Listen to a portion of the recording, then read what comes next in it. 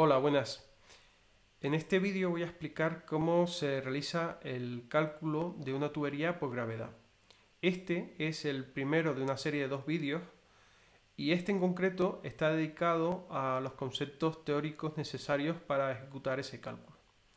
Un flujo por gravedad es el que se establece entre dos puntos, un punto inicial más alto y otro punto más bajo, sin necesidad de que medie una estación de bombeo para transportar dicho fluido. Vamos a verlo. El primer grupo de conceptos previos se asocian a la denominación de las tuberías. Una tubería se denomina técnicamente a través de su diámetro nominal, que no es un diámetro real, sino una nomenclatura que se utiliza para definir un conjunto de tuberías bajo una norma determinada. La presión nominal, en este caso sí que es un valor real, y es el valor de presión expresado en bar que es capaz de soportar una tubería o un accesorio en ausencia de cargas externas. La cédula o el schedule está asociado al diámetro nominal, aunque en este caso lo que define es el espesor de pared de una tubería, no directamente, sino a través de una nomenclatura determinada y dependiendo de la norma que se utilice para definir esa tubería en concreto. Otro concepto previo que es necesario tener claro es el del régimen del flujo. El flujo puede ser laminar o turbulento dependiendo del valor del número de Reynolds. El número de Reynolds es un valor que asocia la velocidad de flujo dentro de la tubería, el diámetro del interior de la tubería y la viscosidad cinemática del fluido. Si el valor de Reynolds es de menos de 2000, estaríamos en la zona de régimen laminar. Si el valor de Reynolds está comprendido entre 2000 y 4000, estaríamos en la zona crítica donde se produce la transición de flujo laminar a turbulento. Y si el número de Reynolds es mayor de 4000, estaríamos ya dentro de la zona de régimen turbulento. Dentro de la zona de régimen turbulento hay dos áreas. Un área que es la de turbulento completo o turbulento rugoso, que depende del valor de la rugosidad relativa y del número de Reynolds y que estaría a la derecha de esta línea punteada. Y el otro flujo, que sería el turbulento liso, que se da en tuberías donde la relación de rugosidad y número de Reynolds no es tan alta, tendríamos el flujo denominado turbulento liso.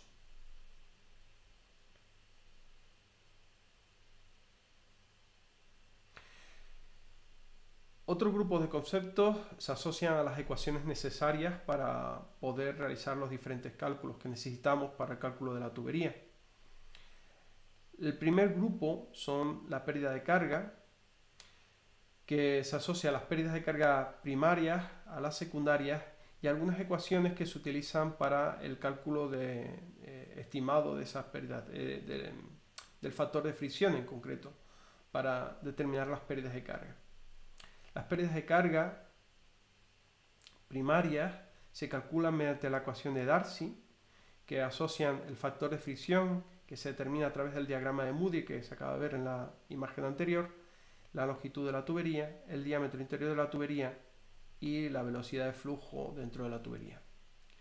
Las pérdidas secundarias se asocian a los cambios de dirección, cambios de sección, de los accesorios que pueden estar instalados en la tubería y que se definen a través de un coeficiente de pérdidas de carga secundarias, K, que se asocia a cada uno de los diferentes accesorios y a la velocidad de paso interna a través de ese accesorio. Hay algunas ecuaciones que permiten hacer un cálculo del factor de fricción necesario para las pérdidas de carga primarias.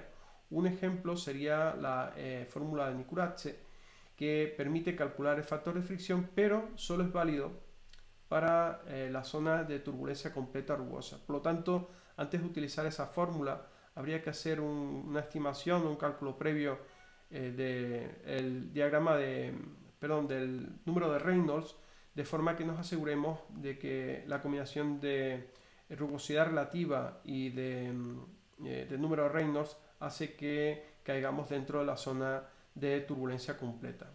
Si no es así, lo más recomendable es utilizar el diagrama de Moody.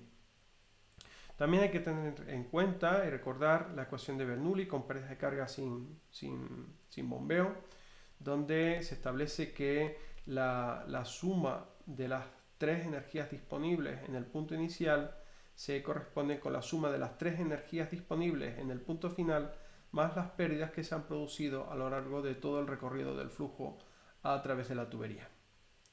Dentro de la ecuación de Bernoulli tenemos la definición directa de la altura piezométrica, que es la altura que representa la energía debido a la presión y la energía debido a la cota. También tenemos la altura dinámica, que es la energía que se debe a la velocidad del flujo o energía cinética que tenga ese flujo en su paso a través de su tubería. La altura total o altura de Bernoulli se corresponde con la suma de las dos alturas anteriores.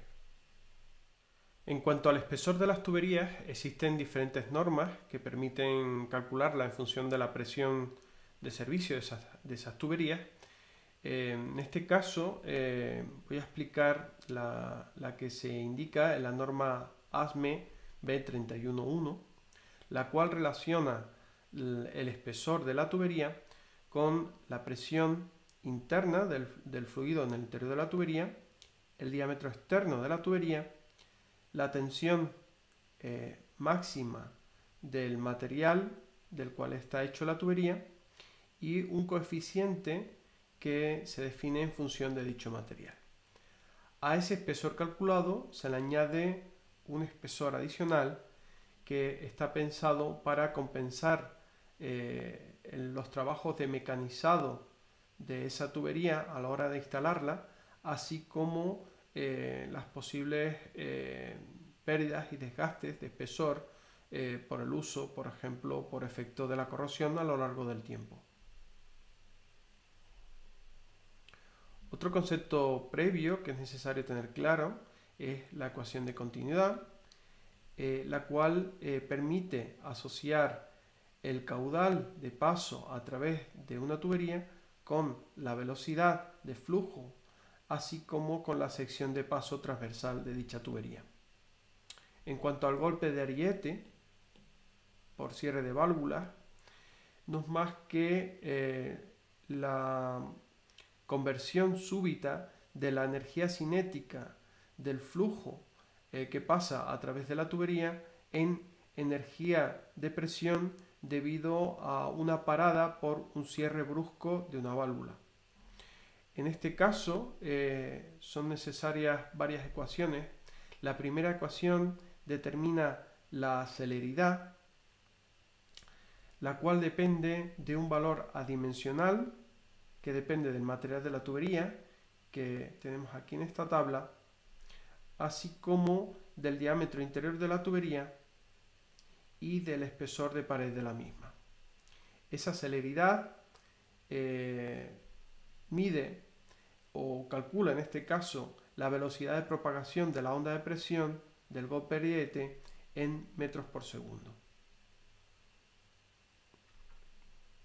El golpe de ariete depende del tiempo de cierre, en este caso de la válvula que tenemos aguas abajo de este tanque. Cuando tenemos un flujo establecido a través de esta línea, si cerramos súbitamente esta válvula, se va a provocar una onda de presión que se propaga a través de esta línea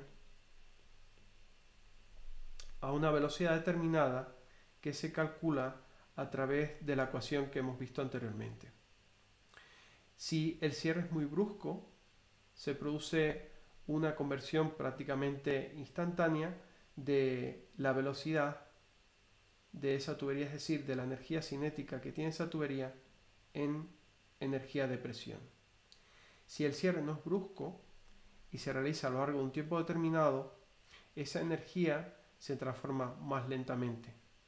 Las ecuaciones que definen la conversión de la energía cuando se cierra bruscamente sería la ecuación de Allievi, y la ecuación que define el incremento de altura cuando hay un tiempo de cierre es la ecuación de Michau. En cualquier caso, cuando la longitud del tramo, la longitud de la tubería supera una longitud crítica que se define a través de esta ecuación, es decir, que se trata de un tramo largo, se utiliza directamente la ecuación de Allievi, debido a que a partir de este punto la presión siempre es la presión máxima del golpe ariete. Hay que recordar, en cualquier caso, que hay que tener en cuenta la velocidad de paso de la tubería, la velocidad de paso del flujo a través de la tubería, y que esa velocidad de flujo tiene unos valores admisibles que, por ejemplo, en el caso del agua, está entre 1 y 4 metros por segundo recomendados para diámetros entre 50 y 63 milímetros. No obstante, depende de la norma y del país en cuestión, en donde pues habría que verificar cuál es la velocidad ideal de paso a través de la tubería. Como se ha visto, hay un grupo de conceptos que es necesario tener claros para poder calcular una tubería por gravedad. No se trata de conceptos muy complejos, pero sí es necesario recurrir a referencias bibliográficas para poder estudiarlos con detenimiento. Este vídeo no está pensado para explicar esos conceptos básicos, pero en el segundo vídeo se verá cómo aplicarlos de forma práctica a través de una serie de pasos.